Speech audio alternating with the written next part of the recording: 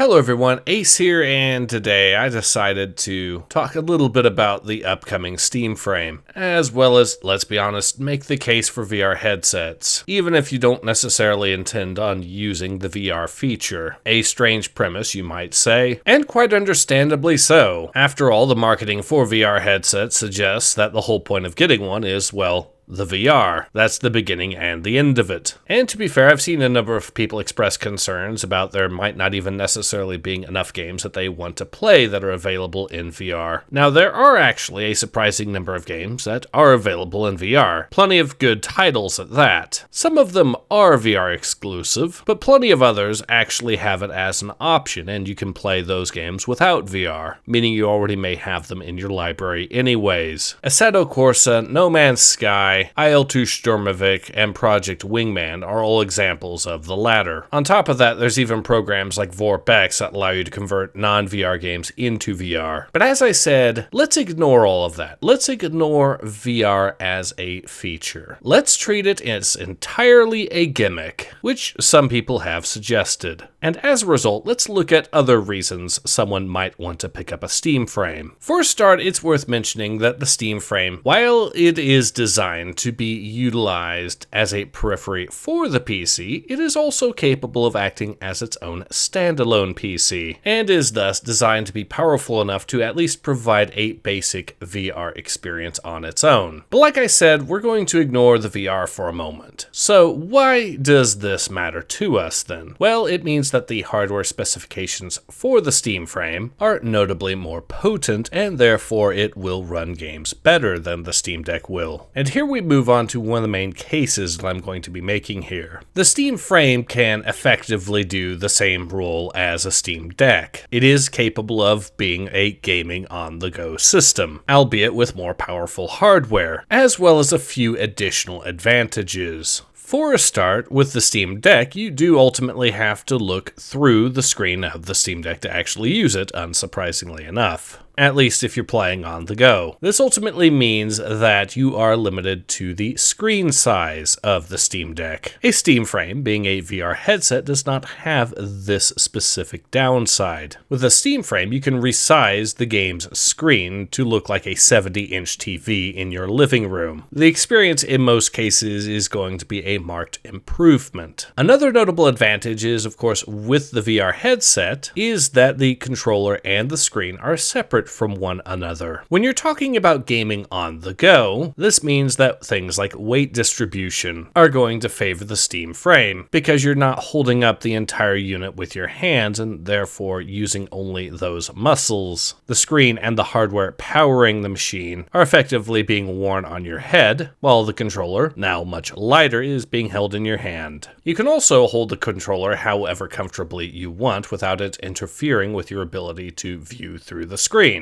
And this being a VR headset, you also just simply don't have to look down in order to view the screen all the time. Now, these are all relatively minor nitpicks on their own. They're small advantages overall, but they do ultimately come together in one very specific niche that allows a standalone VR headset to essentially dominate in that role as opposed to any potential rival. And that role is gaming in bed, which sounds incredibly lazy, but hear me out. There's people that read books before they go to sleep, many more people browse their phones when they go to sleep, and some try to game before they go to sleep. All of these activities, though, often require the person to look down at a somewhat awkward angle in order to read, browse, or try to game. Considering the goal before going to sleep is to be as comfortable as possible to facilitate you going to sleep, it is now that I should mention that a VR headset that is standalone does away with all of the disadvantages of trying to read, browse, or game. You can lay and cock your head as comfortable as you want, you can make the screen as big as you want, and the controller you use to game, you can hold in whatever manner you want in order to play. In this regard, the VR headset has a clear and distinct, and I would even argue decisive advantage, should you choose to use it that way. I've said it before in a previous video, and I'll say it again here, the VR headset I use absolutely dominates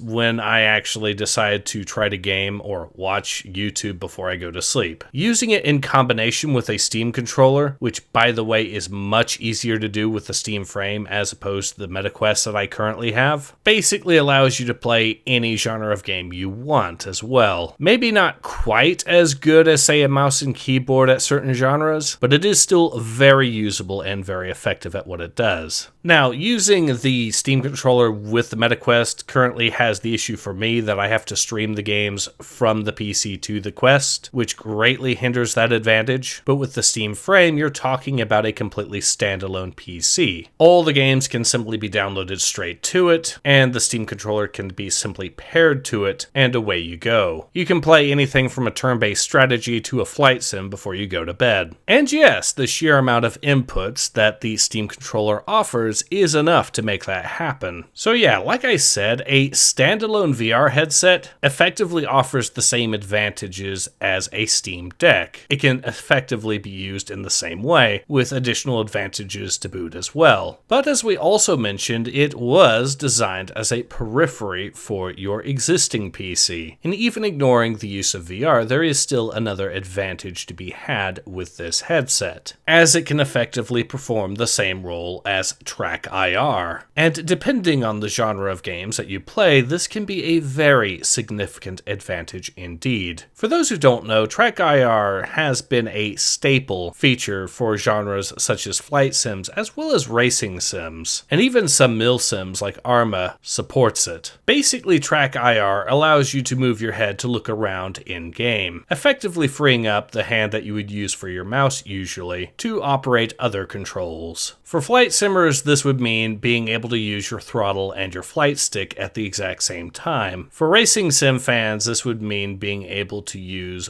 both the steering wheel and the stick shift. But in either case, it is, like I said, a very standard feature for those genres. To the point that even older games that didn't originally support TrackIR have been getting re-releases that have added it in. Case in point, the relatively recent re-release of F-22 Air Dominance Fighter very prominently included the addition of TrackIR support with this re-release of a game from 1997. Keep in mind, the game's not even being marketed as a remaster. It's just that TrackIR is that critical of a feature for the genre these days, and has in fact been that critical of a feature of the genre for decades now, that failing to include it in a re-release would be considered a cardinal sin. So yes, a VR headset can perform that same overall role, but there are additional advantages on top of that for it as well, because with the VR headset, you don't have to look out of the corner of your eye at the screen because you turned your head at an awkward angle to look behind you. Okay, I may be exaggerating a little bit with how TrackIR can be. You don't have to turn your head that much usually, but the main thrust of my argument here is that the VR headset keeps the screen in front of your face for, well, frankly, obvious reasons. There are other advantages I could bring up that are not VR that you could do with a VR headset, such as stereoscopic viewing, though that kind of starts to muddle the waters a little bit. But basically it means things like you could emulate a 3DS game with the full 3D effects, and none of the downsides of using it on an actual 3DS, like having to have the 3DS held at a very specific angle to even be playable. Speaking of emulation, there are other emulators for other systems that offer stereoscopic gaming as well, such as Dolphin and certain branches of PCSX2, allowing you to play GameCube and PS2 games in full 3D. But like I said, it's muddying the waters a little bit. It's not quite VR, but it's not far off in most people's minds, and understandably so. And on top of it, that falls more into the nice to have category, as in assuming you already have a VR headset, you might as well use it for that capability. But I do believe I've made the case of even if you don't intend to use a VR headset for VR, there are still legitimate use cases for why you might want to have one. Are they enough to justify whatever asking price Valve will want for the Steam frame is up for debate, in no small part due to the fact fact that the price has not been revealed yet. Doubly so considering the components shortage driving prices up for everything else. But I am at least going to say that there are uses for a VR headset even if you don't intend to use it for VR. You know, assuming that the VR headset is capable of acting both as a standalone device and as a periphery for a main PC. In fact, again, there are certain areas where it even outright dominates in comparison to the competition, depending on how you use it. The ultimate question at the end of the day is if the price is reasonable for those use cases.